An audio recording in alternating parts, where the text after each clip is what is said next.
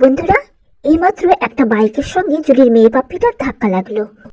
ভাগ্যক্রমে ধাক্কাটা হালকাভাবে লেগেছিল, নইলে মারাত্মক কিছু ঘটে যেতে পারত।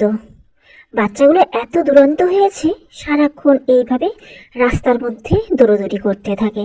আর এই রাস্তা দিয়ে সারাক্ষণ বাইক, কার, টোটো চলতেই থাকে। আর বাচ্চাগুলো তো এখানে খেলাধুলো করে, দৌড়দৌড়ি করে, কি আর এরকম ঘুরতেই থাকে। তাই এদের আটকেও রাখা যায় না, আর কতক্ষণই বা চোখে চোখে রাখা যায়। সেই কারণে এরকম ঘুরতেই থাকে। এই যে দেখো জুলিকে কেমন দৌড়ে গেল ওই বাইকটার পেছনে, কারণ ওরা দেখেছে এই বাইকগুলোর ধাক্কায় অনেক পাপ্পি মারা গেছে এর আগে।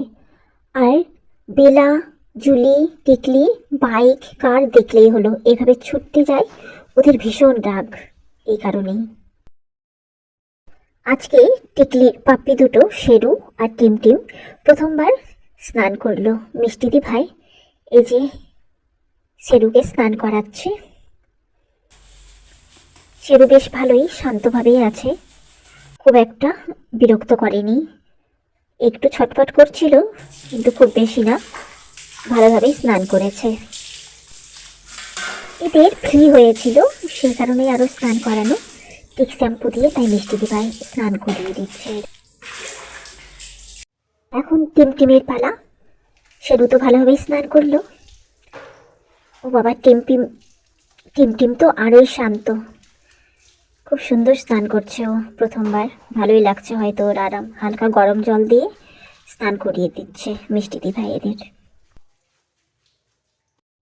স্নান করার পর এই দুটো এখন ঘুমোবে, কিন্তু ঘুমোবার আগে দুজনে এখন একটু খেলা করছে। আর এদের এমন অভ্যেস হয়ে গেছে, ওরা ঘুমাবার জন্য ঘরেই চলে আসে। ওরা কিছুতেই রাস্তায় কিন্তু ঘুমোয় না, বা রাস্তায় শুয়েও থাকে না। যখনই রেস্ট করতে ইচ্ছে করে বা ঘুম পায়, এভাবে চলে আসে। আর তারপর এখানেই ওরা দিনেই হোক বা রাতেই হোক এখানেই ঘুমো দেয় ওরা। এদিকে টিকলি ভীষণ অসুস্থ হয়ে পড়েছে।